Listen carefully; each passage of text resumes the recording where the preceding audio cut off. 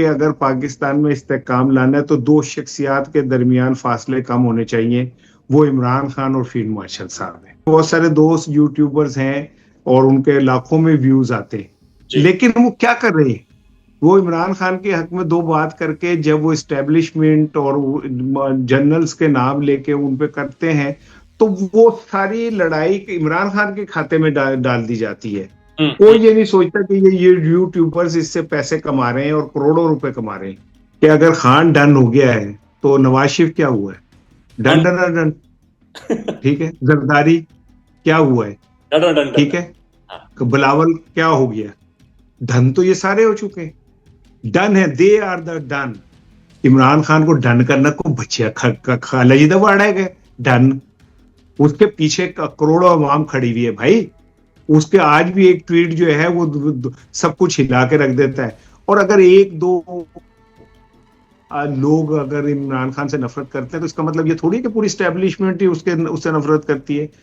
और वो बेगैरत सारे खड़े हुए उस तमाशा देख रहे थे। दुख उसका हुआ जो अभी मैं बात कहते कहते रह गया था ना बांग्लादेश और पाकिस्तानी अवाम पे, वो ये थी जब वो लड़की हाथ जोड़ी थी लोगों के आगे या उस आदमी के आगे और उसको कह रही थी मैं आपके पैरों को पकड़ती हूँ, माफ कर दे मेरे भाई को। तो वो जो बेगैरत इर्द गिर्द बैठे हुए थे उनकी गैरत को क्यों नहीं जोश है? तो उन बेगैरतों को क्यों नहीं गैरत आई? तो उन्होंने उस लड़की की उस तकलीफ को क्यों नहीं महसूस किया जब वो चीख रही थी कि मेरे भाई को बचाओ? अस्सलाम वालेकुम नाज़रीन, आप सियासत डॉट पी के देख रहे हैं। सरापर खताब से मुखातिब हैं हमारे साथ पाकिस्तान के प्रोमिनेंट जर्नलिस्ट मोहतरम इसार राना साहब मौजूद हैं। Sir, very much welcome. अस्सलाम वालेकुम। बहुत शुक्रिया, वालेकुम सलाम। इसार साहब, अब एक तो सर बड़ी बात है, यानी आप जैसी आवाजें आज भी मौजूद हैं जो टेलीविजन के ऊपर या मेन स्ट्रीम मीडिया पर भी बात कर रही हैं और जुल्म के खिलाफ आवाज उठा रही हैं। Thank you for that sir. भाई देखे, मैं एक बात आपको बताऊं, ये ना कानून फितरत है कि अगर जितना ताकत और जबर बढ़ता है वो उतना उसके हवाले से बोलने वाले भी पैदा होते हैं। मुझे मेरी जबान बंद हो जाएगी, कोई और बोल लेगा, किसी और की बंद करेंगे, कोई और बोल लेगा। ये तो मुमकिन ही नहीं है कि आप जबान बंदी कर लें। मैं नहीं हूंगा तो मेरा मेरे जैसा कोई और होगा। मैं मुझे जो अल्लाह ने रोल दिया हुआ है, जो मेरा जमीर के मुताबिक मेरा रोल है, मैं उसे पूरी तरह अदा करूंगा और पाकिस्तान में बैठ के अदा करूंगा। पाकिस्तान नहीं छोड़ूंगा। खुदा की कसम, मेरा तो पासपोर्ट भी एक्सपायर्ड है। अच्छा। मैं तो पाकिस्तान छोड़ने की पोजीशन में भी नहीं हूँ। मैंने तो जो करना है इस मुल्क में बैठ के करना है और अल्हम्दुलिल्लाह कर रहा हूँ। इसार राना साहब, जाहिर है एक रियलिटी यहाँ पर उठाया जाता है, गायब कर दिया जाता है, केसेस मुकदमात घर में आकर कोई दस्तक भी दे तो वो भी एक बहुत कैफियत कैफियत होती है। How you cope up with this all? ये जो टेंशन है, थ्रेट है, ये जो मुआशरे में भी हथियार नजर आ रहा है, कैसे मैनेज कर? कुछ नहीं, मैंने सब अपने अल्लाह पे छोड़ दिया है। और मैं अपना मेरा बिजनेस अल्लाह के साथ है। अच्छा। मैंने अल्लाह को कहा है कि अल्लाह तू मेरी नियत जानता है। मैं जो भी कहता हूँ मैं अपने वतन की मोहब्बत में कहता हूँ और इस वतन के अंदर रहने वालों के साथ मोहब्बत में कहता हूँ। तो मैं तो इस यकीन से कह रहा हूँ कि मैं जो भी कह रहा हूँ वो पाकिस्तान की बेहतरी के लिए कह रहा हूँ। बाकी मैंने अल्लाह पे छोड़ दिया है। और क्योंकि मुझे जर्नलिज्म में 35 साल हो गए हैं, 36 साल, 40 साल हो गए, तो एक चीज मैंने सीख ली है कि आर्ट ये नहीं है कि आपने क्या कहना है, आर्ट ये कि आपने क्या नहीं कहना, और अगर कहना है तो कैसे कहना है जिसमें आप कह भी दें और वो पकड़ भी ना। This is what actually the journalism. ये जरूरी नहीं है कि आप ठा लठ किसी के सर में मार दें। आप बात कहें, इस तरह कहें कि आप पकड़ में भी ना आए और आप बात भी कहें। That's right. अब इसार राणा साहब, अब सर शुरू वहां से करते हैं कि इमरान खान साहब का एक ट्वीट आता है सामरियाल इलेक्शन से पहले, और डायरेक्टली वो पाकिस्तान के फील्ड मार्शल का, जाहिर है उस वक्त वो डीजीआईएसआई थे, उनका नाम लेकर वो कहते हैं कि इन्होंने बुशरा बीबी से कांटेक्ट किया था। सर, वो ट्वीट कितना हैवी था, उनका नाम लेना, फिर इस तरह से मुखातिब करना कि आपने बुशरा बीबी से उस टाइम पे कांटेक्ट किया था, इसकी तशरीह क्या है? मैं नहीं समझता कि इस पे कोई मुझे कमेंट करना चाहिए, क्योंकि ये देखें बहुत सारी चीजें जो है ना, इतनी ज्यादा सोशल मीडिया पे और इधर उधर वो हो गई हैं कि आपको इसमें सही और गलत का फैसला करना जरा थोड़ा मुश्किल हो जाता है। लेकिन चूंकि ये मुझे जिस आप ट्वीट की कह रहे हैं मेरे नजर से प्रॉपर नहीं गुजरा, तो इसलिए मैं जरा कमेंट देते हुए एहतियात कर रहा हूँ कि मेरे इल्म में पूरी बात नहीं है। अगर हो तो मैं डेफिनेटली इस पे पूरी बात कर सकता हूँ। अनफॉर्चुनेटली मेरी नजर से नहीं गुजरा ये क्या मामला है, या तो मुझे बता दें आप थोड़ा सा। नहीं, खान साहब ने सर जो ट्वीट किया था ना कि जनरल आसिम हाँ हाँ हाँ को डीजी आई के ओहदे से जो हटाया गया था, उसके बाद उन्होंने बुशरा बीबी से कांटेक्ट किया था। ये उस ट्वीट की बात कर रहा हूँ। हाँ हाँ। अच्छा देखिए, मैं एक बात बताऊं। समहाउ मेरी कैलकुलेशन है कि कुछ कुव्वतें कभी भी ये नहीं चाहती कि इमरान खान और फील्ड मार्शल के दरमियान ना एतमाद साजी हो, और क्या कहते हैं, इन दोनों के दरमियान जो ट्रस्ट डेफिसिट है वो खत्म हो। इन दोनों के दरमियान खलीज जितनी बढ़ेगी उसका फायदा उन कुव्वतों को है जो कानून को मतलूब है, लेकिन इस लड़ाई की वजह से एक महफूज जगह पे जाके बैठ गए। हम्म। तो मैं तो बहुत अरसे से ये कह रहा हूँ कि अगर पाकिस्तान में इस्तेहकाम लाना है तो दो शख्सियात के दरमियान फासले कम होने चाहिए। वो इमरान खान और फील्ड मार्शल साहब हैं। इनमें फासले कम होंगे तो पाकिस्तान ग्रो करेगा। तो सम हाउ ट्वीट वगैरह ये वो भी उनकी टाइमिंग वगैरह जो है ना बड़ा मैटर कर रही होती है। मैं आपने जब मुझसे एक पहला सवाल किया था तो मैं कुछ बात रह गई थी बीच में कहते हुए। देखिए, हमारे बहुत सारे दोस्त यूट्यूबर्स हैं जो बहुत माशाल्लाह अवाम में पॉपुलर हैं, और उनके लाखों में व्यूज आते हैं। जी। लेकिन वो क्या कर रहे हैं? वो इमरान खान के हक में दो बात करके जब वो इस्टेब्लिशमेंट और जनरल्स के नाम लेके उन पे करते हैं, तो वो सारी लड़ाई इमरान खान के खाते में डाल दी जाती है। हम्म। कोई ये नहीं सोचता कि ये यूट्यूबर्स इससे पैसे कमा रहे हैं और करोड़ों रुपए कमा रहे हैं, हम्म। और वो लड़ाई उसमें। मैं नहीं समझता कि इस तरह के लोग किसी तरह भी इमरान खान की खिदमत कर रहे हैं। इस वक्त अगर कोई मुझ पे ये इल्जाम लगाए ना कि मैं स्टैब्लिशमेंट के लिए बहुत अच्छा बोलूंगा, तो मुझे कोई फिक्र नहीं है। मेरी ख्वाहिश ये है कि इमरान खान किसी तरह बाहर आ जाए।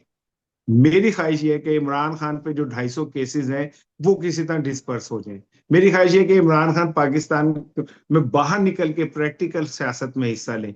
ये उन लोगों की ख्वाहिश है कि इमरान खान जेल में रहे जिनकी रोजी रोटी इमरान खान के जेल में रहने की वजह से चल रही है। वो फौज को गाली देते हैं, उन्हें व्यूज आते हैं, इमरान खान के ऊपर सख्ती बढ़ जाती है। तो इस टाइम हम टकराने, कहीं पे भी इनकलाब टकराने का नाम नहीं है। इनकलाब रास्ते निकालने का नाम है। ठीक। आप अगर मैक्सम गोर्की की माँ पढ़ें, तो मैंने, क्योंकि मुझे जिस नावल ने सबसे ज्यादा मुझे अपने शहर में रखा वो ये माँ थी मैक्सम गोर्की की।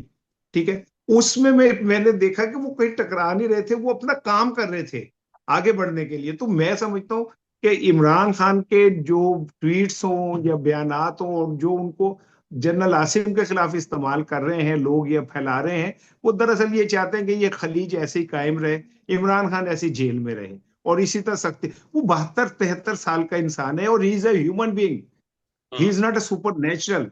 हम्म। वो भी इंसान है। वो भी बीमार हो सकता है, वो भी सख्तियों से परेशान हो सकता है। जून जुलाई की गर्मियों में जब डायरेक्ट धूप उसके कमरे के अंदर आती है और वो एक ओवन बन जाता है, तो वो इंसान है, उसे तकलीफ महसूस होती होगी। जब उसकी बीवी का उसे पता चलता होगा कि वो बेहोश होकर गिर पड़ी गर्मी से, तो उसके दिल में दुख होता होगा यार। वो एक इंसान है, हम उसे क्यों समझ रहे हैं कि वो पत्थर का या लोहे का इंसान है और नाकाबिले तस्कीर है? नाकाबिले तस्कीर है। उसकी रूह को कोई नहीं फतह कर सकता। कोई भी नहीं कर सकता उसकी रूह को फतह। लेकिन यार हमें भी उसके साथ खड़ा होना चाहिए। वो हमारे लिए जेल के अंदर है, तो और हम उसे बाहर निकालने के लिए जब खुद बाहर नहीं निकल सकते, तो अपनी जबान के ऊपर भी ताले लगाने चाहिए। ऐसी बातें नहीं करनी चाहिए जिससे उसके रास्ते खोटे हो या उसके रास्ते के अंदर कांटे फैले। हमें भी एहतियात करनी चाहिए। सर राणा साहब, मैं फिर एक लाइन समझना चाह रहा हूँ। आप ठीक आपने बात की है, बहुत सारे लोग ये सिर्फ इन्हीं चीजों के ऊपर खाली अपने प्लेटफॉर्म चला रहे हैं। लेकिन दूसरी तरफ बहुत सारे ऐसे लोग हैं जो कि आकर ये कहते हैं कि एस्टेब्लिशमेंट खान से नफरत करती है, टॉप कमांड उनसे नफरत करती है, और उनके बारे में ये एस्टेब्लिश्ड है कि उन्हें बैक किया जा रहा है एस्टेब्लिशमेंट की जानिब से, और ये खबरें दी जा रही हैं। मैं और आप ऐसी बात नहीं हाँ, तो करते। क्या एक इंग्लिश जुमला इस्तेमाल किया था कि खान इज क्या वो डन। मुन्ने डन ने। With. We are done with. हाँ डन। हाँ डन। एक बात ये बताए मुझे कि अगर खान डन हो गया है तो नवाज शरीफ क्या हुआ है? Done done. Done done done. ठीक है। जरदारी क्या हुआ है? Done done done done. ठीक है। बिलावल क्या हो गया? धन तो ये सारे हो चुके हैं। सियासत में इनका खत्म हो गया रोल। डन है, दे आर द डन। ठीक है, इमरान खान को कोई डन कर ही नहीं सकता। इमरान खान एक पाकिस्तान की सबसे बड़ी हकीकत है। इमरान खान को डन करना को बचिया खाला जी दबाड़ा है डन। उसके पीछे करोड़ों अवाम खड़ी हुई है भाई। उसके आज भी एक ट्वीट जो है वो सब कुछ हिला के रख देता है। और अगर एक दो लोग अगर इमरान खान से नफरत करते हैं तो इसका मतलब ये थोड़ी कि पूरी स्टैब्लिशमेंट ही उससे नफरत करती है। और ये जो आगे ये छोटे पाटे खान क्या सहाफत के जो क्या कहते हैं, आप तो बच्चे हो, आपने कभी वो कठपुतलियों का नहीं देखा होगा जिसमें पाटे खान का भी एक रोल होता था। ठीक है, जिसकी डोरी पीछे बांधी होती थी और वो हिलाते थे तो वो पाटे खान बोलता होता था। ये जो सहाफत के पाटे खान है ना, इनके रोल ही इतने, इन्हें तो शर्म भी नहीं आती यार अपने ऊपर ये लेवल लगाते हुए कि ये हिज मास्टर वॉइस है। ठीक है, और ये बड़े फखर से कहते होते हैं कि हम पे शक करो कि हम उनके लोग हैं। लानत है ऐसी सहाफत के ऊपर जिस पे आप ये धब्बा लग जाए और आप बड़े फखर से इसे कहते हो। एक प्रोग्राम में मेरी अभी कुछ दिन पहले मुनीब साहब से हम्म, इस पे बहस हो गई थी। हम्म, और तो मैंने कहा ये जावेद चौधरी आप हो गए और कुछ इस तरह के लोग जो हो गए, ये कैसे फखर महसूस कर लेते हो अपने ऊपर इतना बड़ा वो लगवा के, आप साफी हो या आपको पेड वो कंटेंट डेवलपर हो? तो भाई हमने 35 40 साल हो गए सहाफत करते हुए। मैं तो हल्फन कह सकता हूँ, हल्फ दे के कह सकता हूँ कि आज तक मेरे पे 1 रुपया किसी का हराम है, एक किसी का एहसान भी हराम है। इमरान खान ने तो कदे मैनू अपनी साइकिल ते भी झूठा नहीं दवाया। तो मैंने उसके 3.5 साल वजारत उजमा के दौर में एक दफा नहीं मिला उसे सबसे ज्यादा तनकीद की। मैं साफी हूँ, जो मेरा जमीर कहेगा मैं उसके मुताबिक बात करूंगा, मैं किसी की जबान क्यों बोलूं?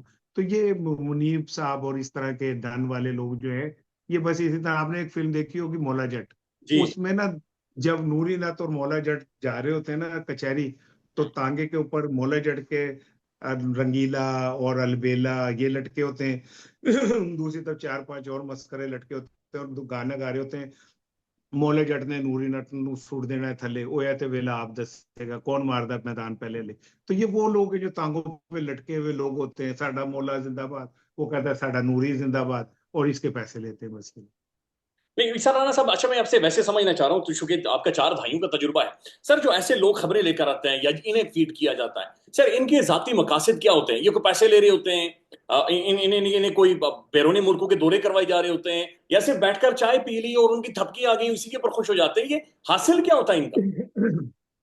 यार आप न इन सारे सहाफियों के सैलरी बजट देखें कितने, कैसे कैसे, आप किस तो सोच तवक्को से ऊपर के, इन्हें मुख्तलिफ जगहों पे बिठाया जाता है और वहां के मालकान पे संगी पे अंगूठा रख के कहा जाता है कि नहीं ये इतने पैसे दें, ठीक है, हम्म, गाड़ियां दें, इन्हें ये मुराद दें क्योंकि ये हमारे बंदे हैं।